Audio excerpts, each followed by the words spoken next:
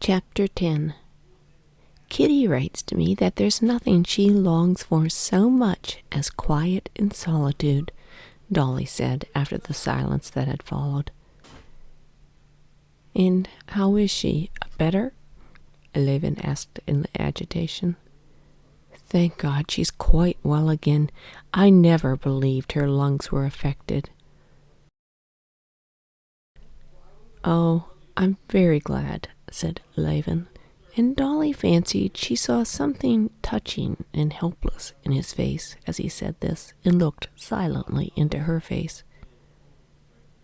Let me ask you, Konstantin Dmitrievich, said Darya Alexandrovna, smiling her kindly and rather mocking smile. Why is it you are angry with Kitty? I'm not angry with her, said Levin. Yes, you are angry. Why was it you did not come to see us nor them when you were in Moscow?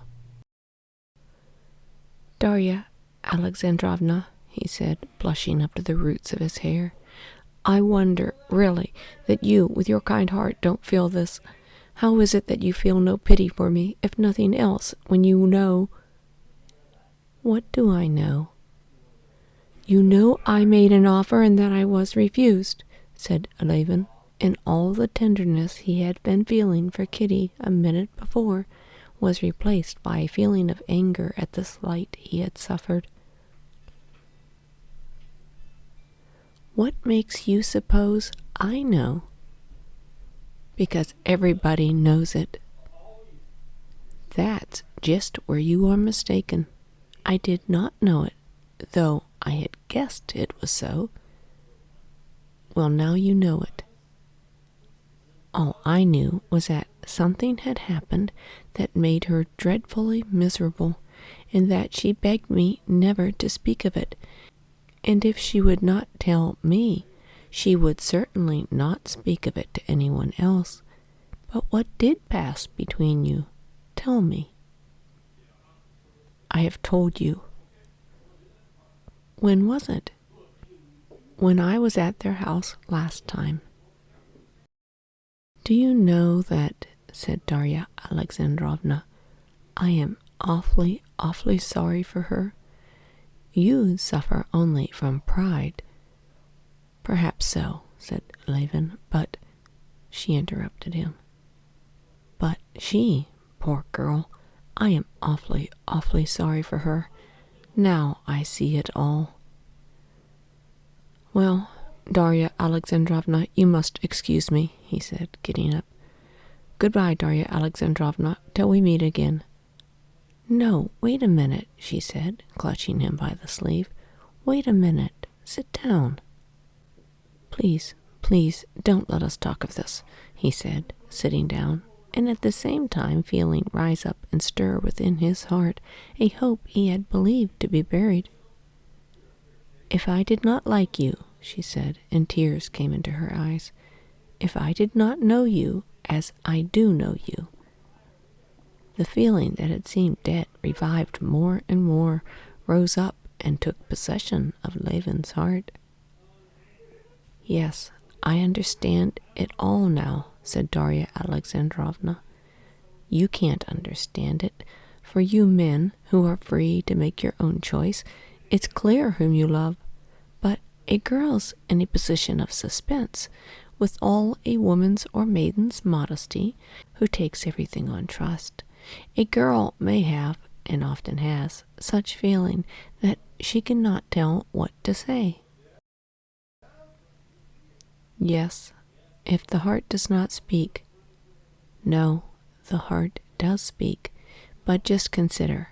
You men have views about a girl. You come to the house, you make friends, you criticize, you wait to see if you have found what you love, and then, when you are sure you love her, you make an offer. Well, that's not quite it. Well, anyway, you make an offer when your love is ripe or when the balance has completely turned between the two you are choosing from. But a girl is not asked. She is expected to make her choice and yet she cannot choose. She can only answer yes or no.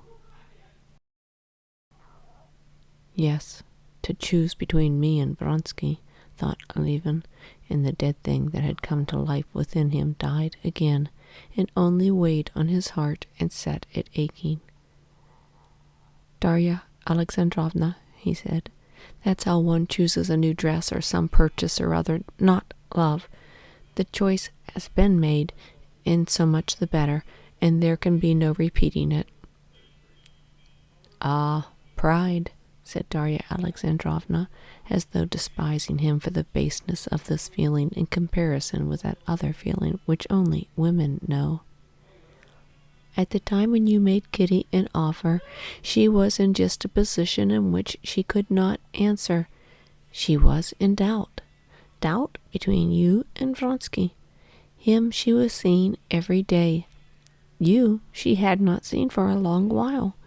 Supposing she had been older, I, for instance, in her place, could have felt no doubt. She had said, "No, that cannot be." Levin recalled Kitty's answer. She had said, "No, that cannot be." "Darya Alexandrovna," he said dryly, "I appreciate your confidence in me. I believe you are making a mistake. But whether I am right or wrong, that pride you so despise makes any thought of Karenina Alexandrovna out of the question for me. You understand, utterly out of the question. I will only say one thing more. You know that I am speaking of my sister, whom I love as I love my own children. I don't say she cared for you. All I mean to say is that her refusal at that moment proves nothing." "I don't know," said Levin, jumping up. "If you only knew how you were hurting me. It's just as if a child of yours were dead, and they were able to say to you, 'He would have been like this and like that, and he might have lived, and how happy you would have been in him, but he's dead.'" "How absurd you are," said Darya Alexandrovna, looking with mournful tenderness at Levin's excitement. "Yes, I see it all more and more clearly," she went on musingly. "So you won't come to see us, then, when Kitty is here?" "No, I shan't come. Of course, I won't avoid meeting Katerina Alexandrovna, but as far as I can, I will try to save her the annoyance of my presence." "You are very, very absurd," repeated Darya Alexandrovna, looking with tenderness into his face. "Very well, then, let it be as though we had not spoken of this. What have you come for, Tanya?" she said in French to the little girl who had come in. "Where's my spade, Mamma?" "I speak French, and so you must too." The little girl tried to say it in French, but could not remember the French word for spade. The mother prompted her, and then told her in French where to look for the spade, and this made a disagreeable impression on Levin. Everything in Darya Alexandrovna's house and children struck him now as by no means so charming as a little while before. "And what does she talk French with the children for?" he thought. "How unnatural, how false. And the children feel it too, learning French and unlearning sincerity," he thought to himself, unaware that Darya Alexandrovna had thought that all over 20 times already, and yet, even at the cost of some loss of sincerity, believed it necessary to teach her children French in that way. "But why are you going? Do stay a little." Levin stayed to tea, but his good humor had vanished, and he felt ill at ease. After tea he went out into the hall to order his horses to be put in, and when he came back he found Darya Alexandrovna greatly disturbed, with a troubled face and tears in her eyes. While Levin had been outside, an incident had occurred which had utterly shattered all the happiness she had been feeling that day, and her pride in her children. Grisha and Tanya had been fighting over a ball. Darya Alexandrovna, hearing a scream in the nursery, ran in and saw a terrible sight. Tanya was pulling Grisha's hair, while he, with a face hideous with rage, was beating her with his fist whenever he could get at her. Something snapped in Darya Alexandrovna's heart when she saw this. It was as if darkness had swooped down upon her life. She felt that these children of hers, that she was so proud of, were not merely most ordinary, but positively bad, ill-bred children, with coarse, brutal propensities, wicked children. She could not talk or think of anything else, and she could not speak to Levin of her misery. Levin saw she was unhappy and tried to comfort her, saying that it showed nothing bad, that all children fight, but even as he said it, he was thinking in his heart, "No, I won't be artificial and talk French with my children, but my children won't be like that. All one has to do is not spoil children, not distort their nature, and they'll be delightful. No, my children won't be like that." He said goodbye and drove away, and she did not try to keep him.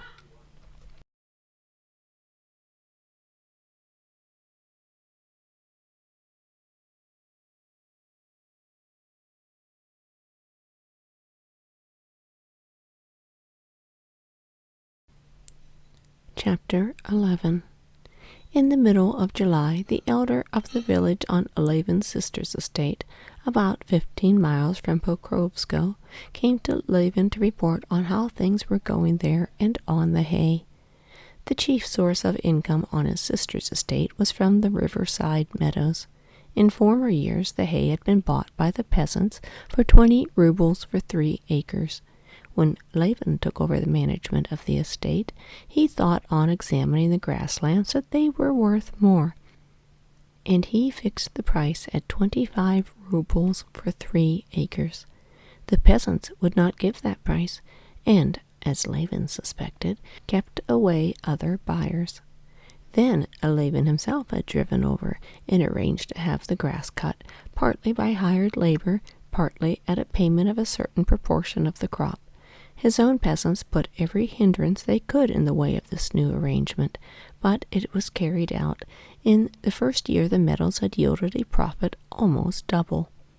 The previous year, which was the third, the peasants had maintained the same opposition to the arrangement, and the hay had been cut on the same system.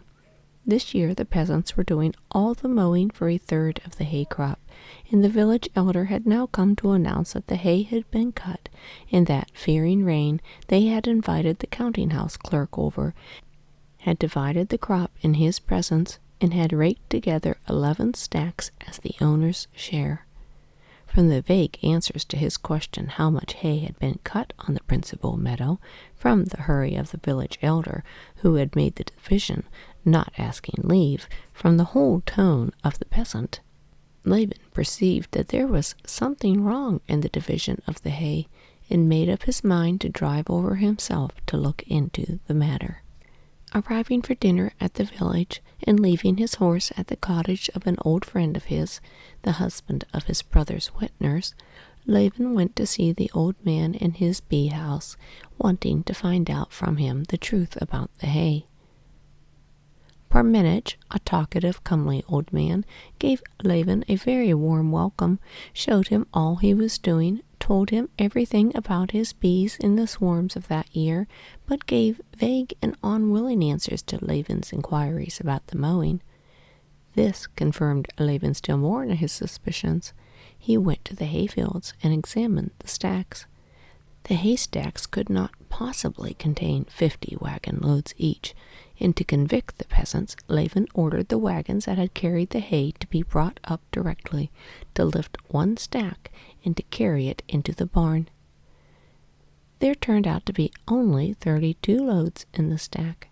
In spite of the village elder's assertions about the compressibility of hay, and its having settled down in the stacks, and his swearing that everything had been done in the fear of God, Levin stuck to his point that the hay had been divided without his orders, and that, therefore, he would not accept that hay as 50 loads to a stack. After a prolonged dispute, the matter was decided by the peasants taking these 11 stacks reckoning them as 50 loads each. The arguments and the division of the haycocks lasted the whole afternoon.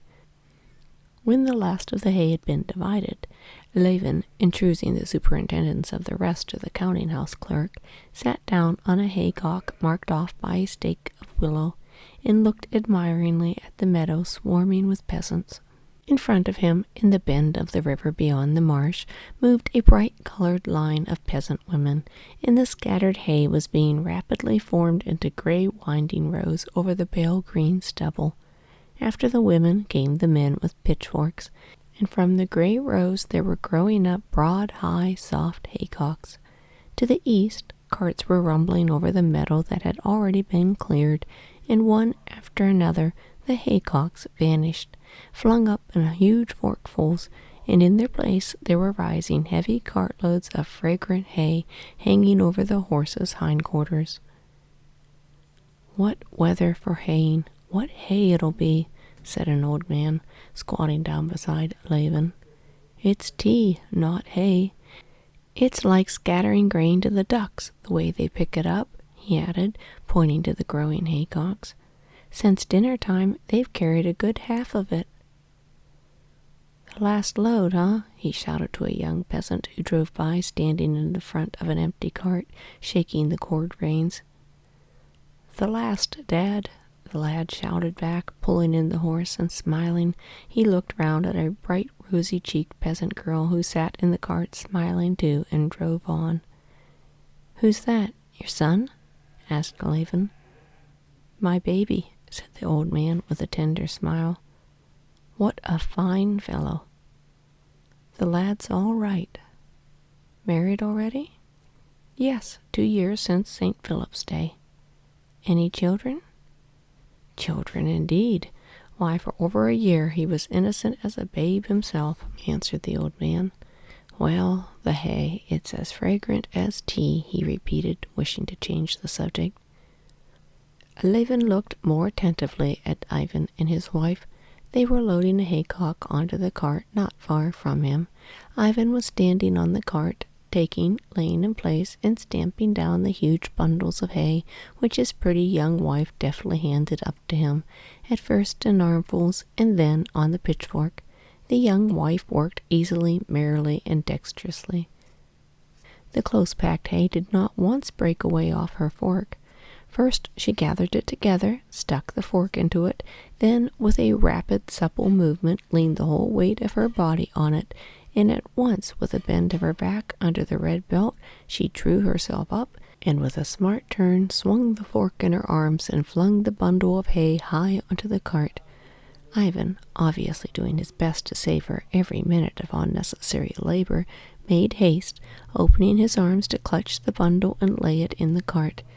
As she raked together what was left of the hay, the young wife shook off the bits of hay that had fallen on her neck, and straightening the red kerchief that had dropped forward over her white brow, not browned like her face by the sun, she crept under the cart to tie up the load. Ivan directed her how to fasten the cord to the crosspiece, and at something she said he laughed aloud. In the expressions of both faces was to be seen vigorous, young, freshly awakened love.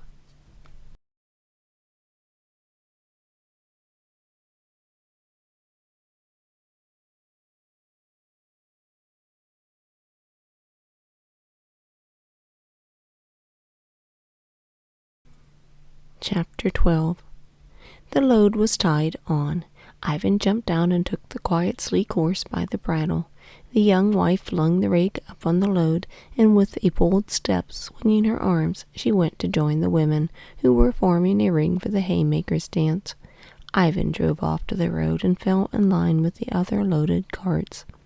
The peasant women, with their rakes on their shoulders, gay with bright flowers, chattering with ringing, merry voices, walked behind the hay cart. One wild, untrained female voice broke into a song and sang it alone through a verse, and then the same verse was taken up and repeated by 100 strong, healthy voices of all sorts, coarse and fine, singing in unison. The women, all singing, began to come close to Levin, and he felt as though a storm were swooping down upon him with a thunder of merriment.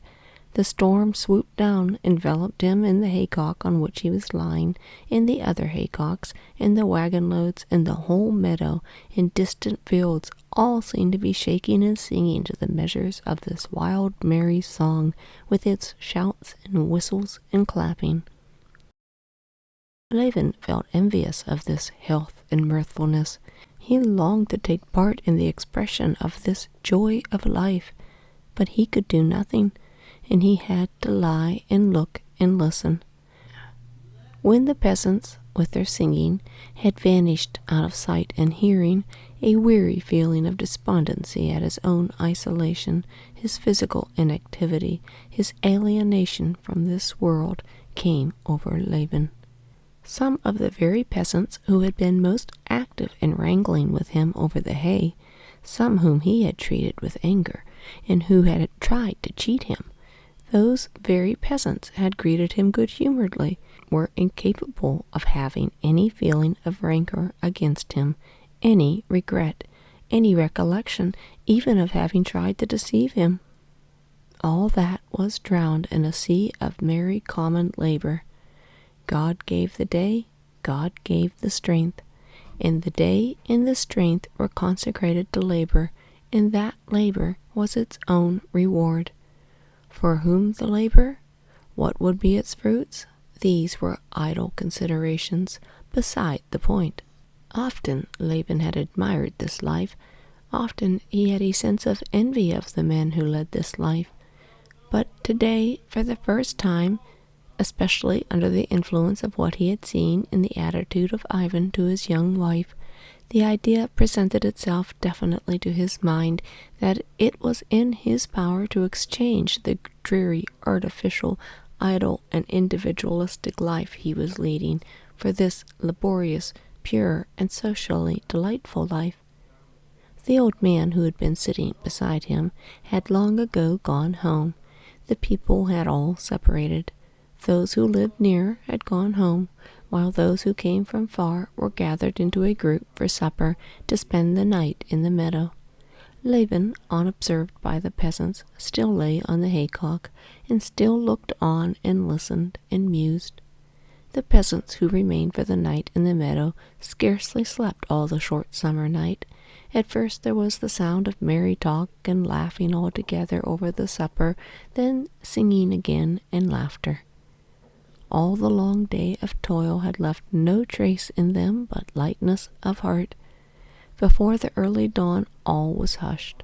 Nothing was to be heard but the night sounds of the frogs that never ceased in the marsh, in the horses snorting in the mist that rose over the meadow before the morning. Rousing himself, Levin got up from the haycock, and looking at the stars, he saw that the night was over. Well, what am I going to do? How am I to set about it?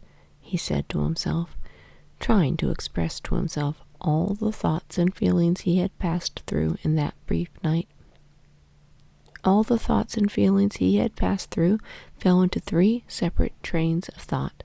One was the renunciation of his old life, of his utterly useless education. This renunciation gave him satisfaction and was easy and simple. Another series of thoughts and mental images related to the life he longed to live now. The simplicity, the purity, the sanity of this life he felt clearly, and he was convinced he would find in it the content, the peace, and the dignity of the lack of which he was so miserably conscious. But a third series of ideas turned upon the question how to effect this transition from the old life to the new, and there nothing took clear shape for him. Have a wife? Have work and the necessity of work? Leave Pokrovsko? Buy land. Become a member of a peasant community. Marry a peasant girl? How am I to set about it? He asked himself again, and he could not find an answer. I haven't slept all night, though, and I can't think it out clearly, he said to himself. I'll work it out later. One thing's certain. This night has decided my fate. All my old dreams of home life were absurd, not the real thing, he told himself. It's all ever so much simpler and better. How beautiful, he thought, looking at the strange, as it were, mother-of-pearl shell of white fleecy cloudlets resting over his head in the middle of the sky. How exquisite it all is in this exquisite night, and when was there time for that cloud shell to form? Just now I looked at the sky, and there was nothing in it, only 2 white streaks. Yes, and so imperceptibly, too, my views have changed. He went out of the meadow and walked along the high road towards the village. A slight wind arose, and the sky looked gray and sullen. The gloomy moment had come that usually precedes the dawn, the full triumph of light over darkness. Shrinking from the cold, Levin walked rapidly, looking at the ground. "What's that? Someone's coming," he thought, catching the tinkle of bells and lifting his head. 40 paces from him, a carriage with 4 horses harnessed abreast was driving towards him along the grassy road on which he was walking. The shaft horses were tilted against the shafts by the ruts, but the able driver sitting on the box held the shaft over the ruts so that the wheels ran on the smooth part of the road. This was all Levin noticed, and without wondering who it could be, he gazed absently at the coach. In the coach was an old lady dozing in one corner, and at the window, evidently only just awake, sat a young girl holding in both hands the ribbons of a white cap. With a face full of light and thought, full of subtle, complex inner life that was remote from Levin, she was gazing beyond him at the glow of the sunrise. At the very instant when this apparition was vanishing, the truthful eyes glanced at him. She recognized him, and her face lighted up with wondering delight. He could not be mistaken. There were no other eyes like that in the world. There was only one creature in the world that could concentrate for him all the brightness and meaning of life. It was she. It was Kitty. He understood that she was driving to Erkoshovo from the railway station, and everything that had been stirring Levin during that sleepless night, all the resolutions he had made, all vanished at once. He recalled with horror his dreams of marrying a peasant girl. There only, in the carriage that had just crossed over to the other side of the road and was rapidly disappearing, there only could he find the solution of the riddle of his life, which had weighed so agonizingly upon him of late. She did not look out again. The sound of the carriage springs was no longer audible.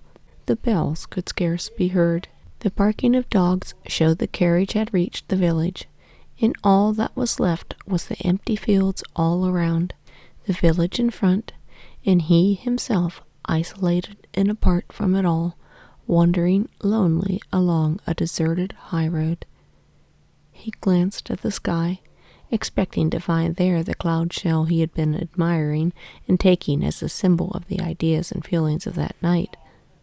There was nothing in the sky in the least like a shell.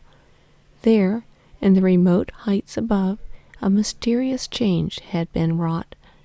There was no trace of shell, and there stretched over fully half the sky an even cover of tiny and even tinier cloudlets. The sky had grown blue and bright, and with the same softness, but with the same remoteness, it met his questioning gaze. "No," he said to himself, "however good that life of simplicity and toil may be, I cannot go back to it. I love her,